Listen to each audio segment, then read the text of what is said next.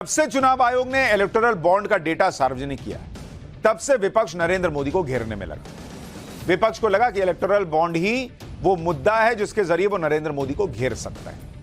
लेकिन अब चुनाव आयोग ने चुनावी चंदे की एक और लिस्ट जारी कर दी और इसमें ऐसी ऐसी जानकारी आई है जिसने पूरा खेल ही पलट दिया विपक्ष का। लेकिन इससे पहले आपको यह बताता हूं कि आज सुप्रीम कोर्ट में क्या हुआ, फिर वो लिस्ट भी बताऊंगा। सुप्रीम कोर्ट में आज चुनावी बॉन्ड पर फिर सुनवाई। मामला चुनावी बॉन्ड के यूनिक बॉन्ड नंबर का था जिसका ब्यौरा अब तक स्टेट बैंक ने नहीं दिया। लेकिन आज सुप्रीम कोर्ट ने अपने ऑर्डर में कह दिया कि एसबीआई चुनावी बॉन्ड पर छपे हुए अल्फा न्यूमेरिक कोड की डिटेल्स भी चुनाव आयोग को दे। चीफ जस्टिस की बेंच ने एसबीआई के चेयरमैन से 21 मार्च शाम 5 बजे तक हलफनामा देने के लिए कहा है। एसबीआई के चेयरमैन को हलफनामे में लिखना होगा कि ऐसी कोई जानकारी नहीं बची जो एसबीआई ने अब तक नहीं बताई। इलेक्टोरल बॉन्ड से जुड़ी सभी जानकारी एसबीआई को चुनाव आयोग को दे देनी है और उस चुनाव आयोग उस जानकारी को अपलोड कर देगा। इलेक्टोरल बॉन्ड की बात करते हुए अल्फा न्यूमेरिक की भी बात बहुत चर्चा हो रही है। उसके बारे में भी आपको बताता हूं कि यह नंबर क्या है।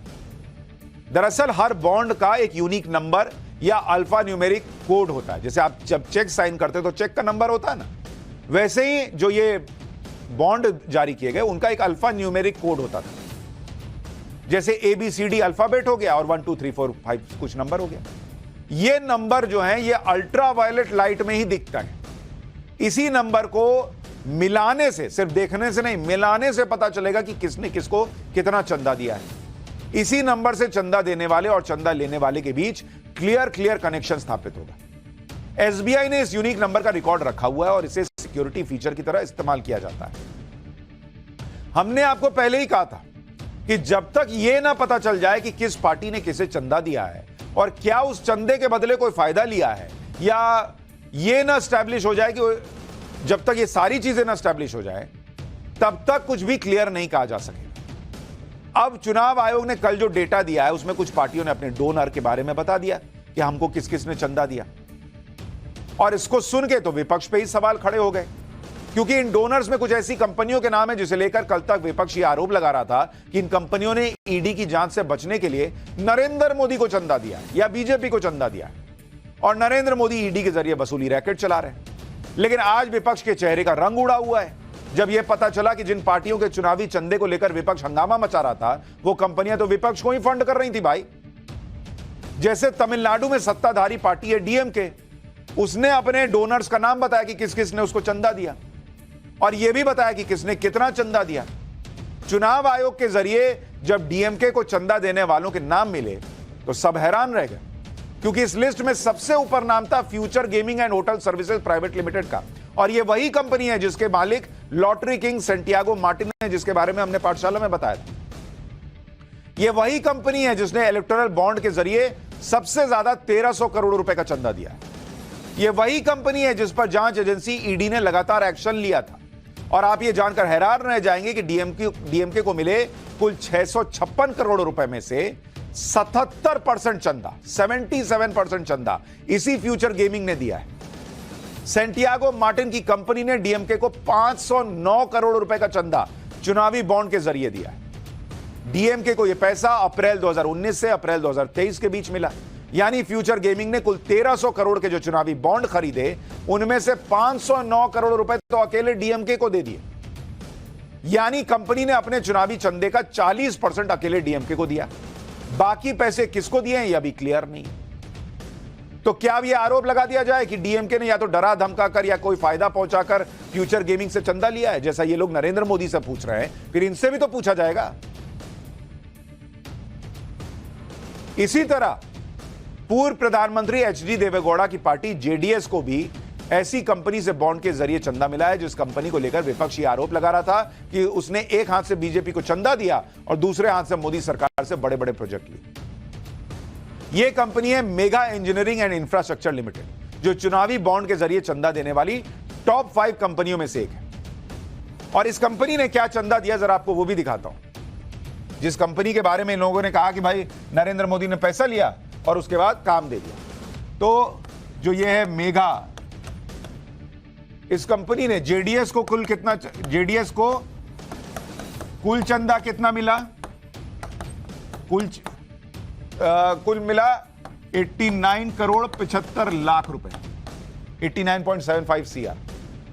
इसमें से इस मेघा ने कितना चंदा दिया? इसमें से 50 करोड़ जो है इसी मेघा से आया, यानी कुल चंदे का 56% पैसा एक कंपनी से आ रहा है। अब बताइए बॉस, इसी तरह इंडी गठबंधन में शामिल एनसीपी का उदाहरण देखिए। इलेक्टोरल बॉन्ड से एनसीपी को कुल 37 करोड़ 40 लाख रुपए का चंदा मिला। एनसीपी को चंदा देने वालों में साइरस पूनावाला भी हैं, जिन्होंने पार्टी को 3 करोड़ 75 लाख रुपए का चंदा दिया है। साइरस पूनावाला कोरोना वैक्सीन बनाने वाली सीरम इंस्टीट्यूट के संस्थापक हैं, और सीरम इंस्टीट्यूट का नाम लेकर कांग्रेस यह आरोप लगा रही है कि सीरम इंस्टीट्यूट ने बीजेपी को 50 करोड़ का चंदा दिया और बदले में उसे कोरोना की वैक्सीन बनाने का ठेका मिल गया। तो क्या आप कांग्रेस शरद पवार पर भी ऐसा ही आरोप लगाएगी? क्योंकि पिछले महीने ही शरद पवार साइरस पूनावाला को भारत रत्न देने की मांग कर रहे थे। तो क्या कांग्रेस अब यह आरोप लगाएगी कि साइरस पूनावाला ने भारत रत्न पाने के लिए लॉबिंग करने के लिए शरद पवार की पार्टी को पैसे दिए? इसलिए मैं कह रहा हूं कि ये आप लोग, ये जो नेता हैं, ये अपना चुनावी माहौल बनाने, मुद्दा बनाने के चक्कर में हर बिजनेसमैन को, हर बड़े व्यक्ति को ऐसा दिखा रहे हैं जैसे वो विलन। ये चीज ठीक नहीं है बॉस।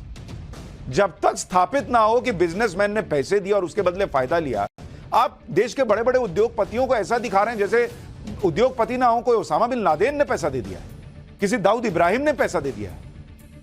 अरे ये प्रतिष्ठित लोग हैं भाई।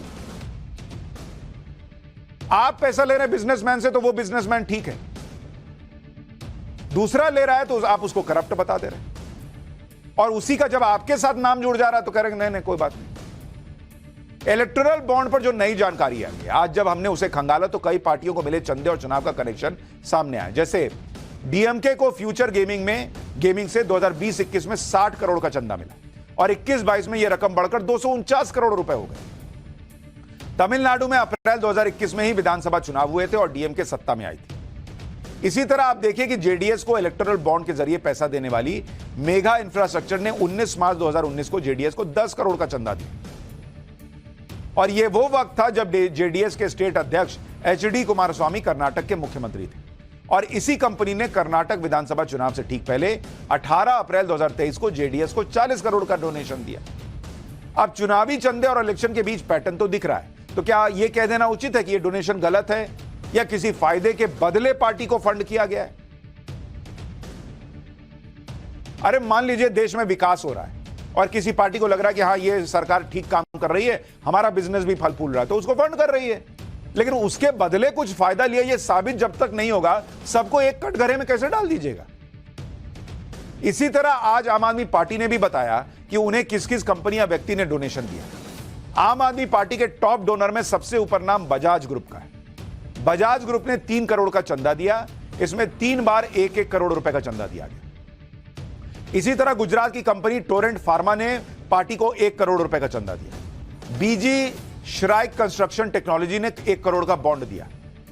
केजेडएम इन्वेस्टमेंट्स ने 50 लाख रुपए का चंदा दिया। आम आदमी पार्टी ने मई 2019 तक के चंदे की ही जानकारी दी है। पार्टी के करीब 6 करोड़ के चंदे का हिसाब दिया गया है, जबकि आम आदमी पार्टी को कुल अप्रैल 2018 से जुलाई 2023 के बीच 69 करोड़ रुपए का चंदा मिला, लेकिन हिसाब अभी 6 करोड़ का आया है।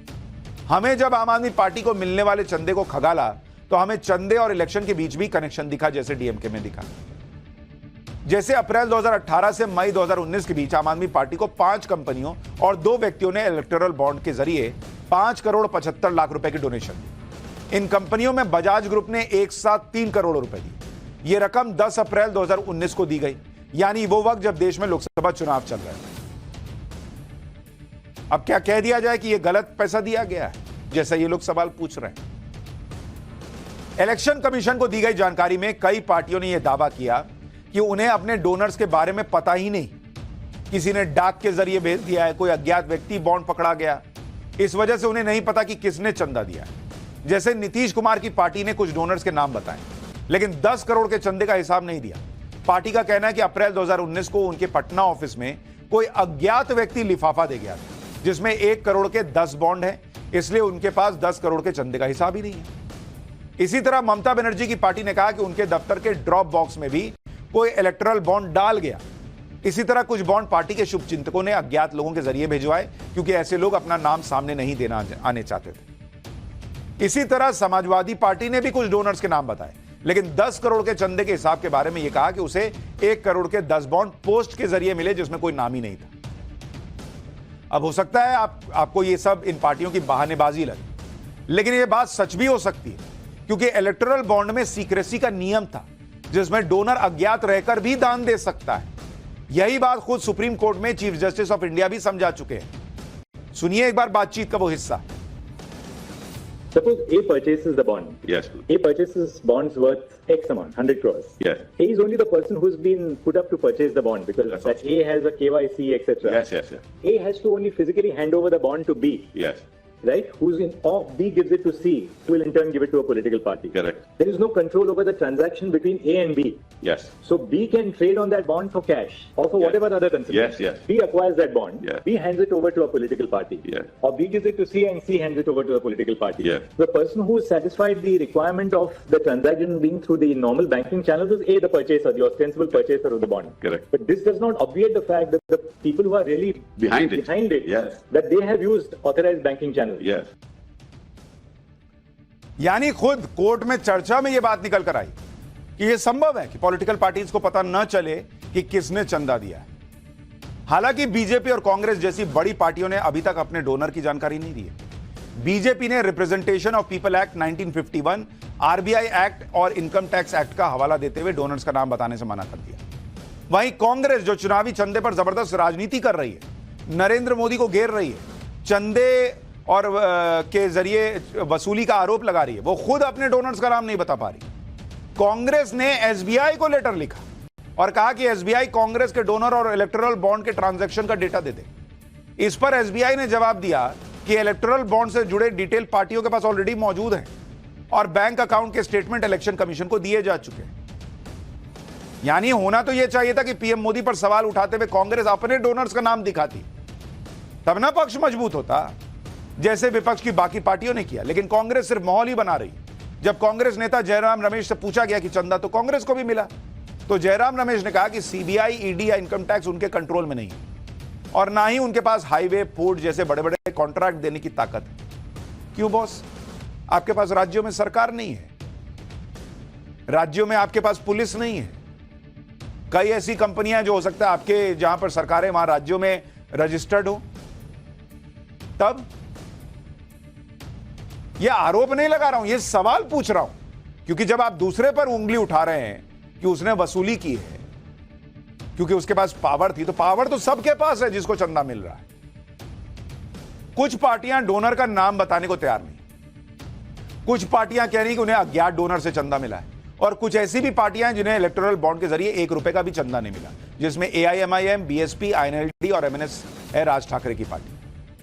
वैसे सुप्रीम कोर्ट ने इलेक्टोरल बॉन्ड को रद्द कर उसका चैप्टर तो क्लोज कर दिया, लेकिन कई सवाल अब भी हैं कि पॉलिटिकल पार्टियों को चंदे मिलने का क्या नया सिस्टम बनेगा, क्योंकि चुनावी बॉन्ड से पहले तो चंदे का कोई हिसाब किताब भी नहीं होता था।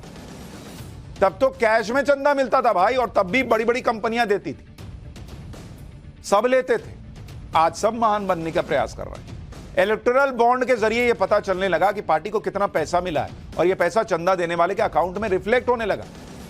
पहले तो कैश में मिलने वाले चंदे में टोटल चंदा पार्टी के अकाउंट तक भी नहीं पहुंच पाता था, कुछ कैश नेताओं की जेब में भी चला जाता था। इसके अलावा फर्जी पॉलिटिकल पार्टी बनाकर भी उसके नाम पर डोनेशन ली जाती है।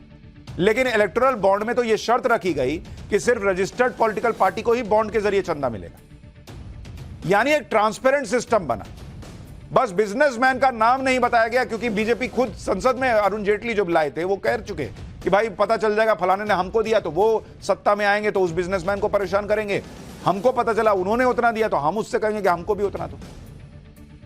लेकिन अब सवाल है कि चंदे को लेकर क्या कोई नया सिस्टम लाया जाएगा या पुराना सिस्टम चलने लगेगा। जब इलेक्टोरल बॉन्ड लाए गए थे तब इस स्कीम को लाने वाले दिवंगत बीजेपी नेता अरुण जेटली ने जो कहा था वो आज एक बार आपको सुनना चाहिए, फिर आपको बताता हूं कि यूपी की पॉलिटिक्स को लेकर मुख्यमंत्री योगी दिल्ली पहुंचे हैं तो क्या हुआ। अब एक बहुत स्वाभाविक कठिनाई है, and there is a legitimate difficulty. People have been wanting to give by cheque, But they cite two practical reasons why they don't want to do it. Our names get disclosed, the opponents will target us, and tomorrow when we do business, somebody will file a PIL and say, you gave money in election, so you have got a contract. तो उनको लगता है कि अगर हम ईमानदारी से देते हैं और ट्रांसपेरेंट तरीके से देते हैं तो कोई कठिनाइयां तो नहीं पैदा कर लेंगे। अब क्लीन मनी भी आ जाए और जहां तक संभव हो ट्रांसपेरेंसी भी हो जाए।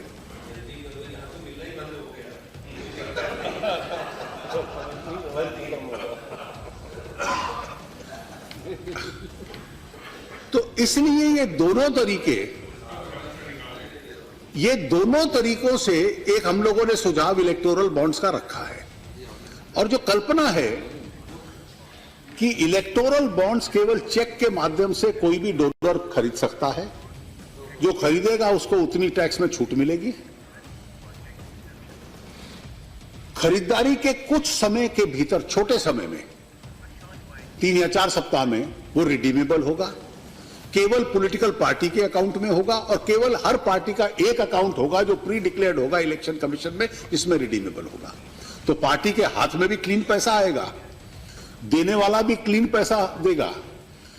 किसने कितने का खरीदा है ये तो बैंक में पता होगा, लेकिन उसने किस किस को कितना दिया है ये केवल उसको पता होगा। यानी पहले के एक बड़े ही उलझे हुए सिस्टम को सुलझाकर और ट्रांसपेरेंट सिस्टम बनाने का प्रयास हुआ कि जो पैसा दे रहा है वो भी रिकॉर्ड में रहेगा, जो बना रहा, जो उसको इनकैश करा रहा है उसका भी डिटेल रहेगा, सब सरकार के मतलब सिस्टम में रहेगा। लेकिन आज की डेट में उसको ऐसा बना दिया गया है कि जो पैसा आया है सब करप्शन का पैसा है। ये देश के सिस्टम के लिए ठीक नहीं।